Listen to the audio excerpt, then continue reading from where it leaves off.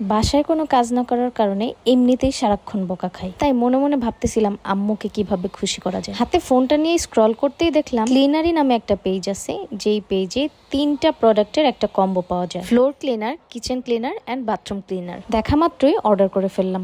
এই প্যাকেটে এরকম একটা স্প্রে থাকবে, একটা ফ্লোর ক্লিনার, বাথরুম ক্লিনার এবং কিচেন ক্লিনার। এবার দেখাই আমার বারান্দায় আম্মু শখ করে গাছ লাগায় এই অবস্থা করে রাখছে। ডিটারজেন্ট দিয়ে অনেকবার ট্রাই করার পরেও যখন ক্লিন হয়নি, তখন আম্মুকে বললাম এই নাও, এটা দিয়ে এবার বারান্দাটা পরিষ্কার করো। প্যাকেটের সাথে থাকা হ্যান্ড গ্লাভসটা আম্মু পরে কিন্তু স্প্রে করে পরিষ্কার করা শুরু করে। কোনো ব্রাশ করা ছাড়াই নরম একটা কাপড় দিয়ে কিন্তু হালকা একটু মুছে নিলেই একদম নিট অ্যান্ড ক্লিন হয়ে যাবে। এই হলো আম্মুর শখের গাছ লাগানোর বারান্দা ক্লিনিং। এরপর যদি বাথরুমটা দেখাই, সেখানে দেখবেন পানির আয়রনের কারণে টাইলসের অনেকটা জায়গায় কিন্তু কালো কালো হয়ে আছে। এটা অনেক কিছু দিয়ে ট্রাই করার পরেও কিন্তু একেবারে নিট অ্যান্ড ক্লিন হচ্ছিল না। তো আমরা ট্রাই করলাম বাথরুম ক্লিনার। বাথরুমের সাথে সাথে আমরা বেসিনেও ব্যবহার করলাম এই ক্লিনার। ট্রাস্ট মি, বেসিনটা এত সুন্দর ক্লিন হয়েছে, আমাদের কাছে লাগতেছিল একদম নতুনের চেয়েও বেশি ক্লিন হয়ে গেছে। আর বাথরুমের কথা কি আর বলবো, একদম ঝকঝকে তকতকে হয়ে গেছে। এখনই আপনারা বেসিনটা দেখতে পারবেন লাইক এ নিউ বেসিন।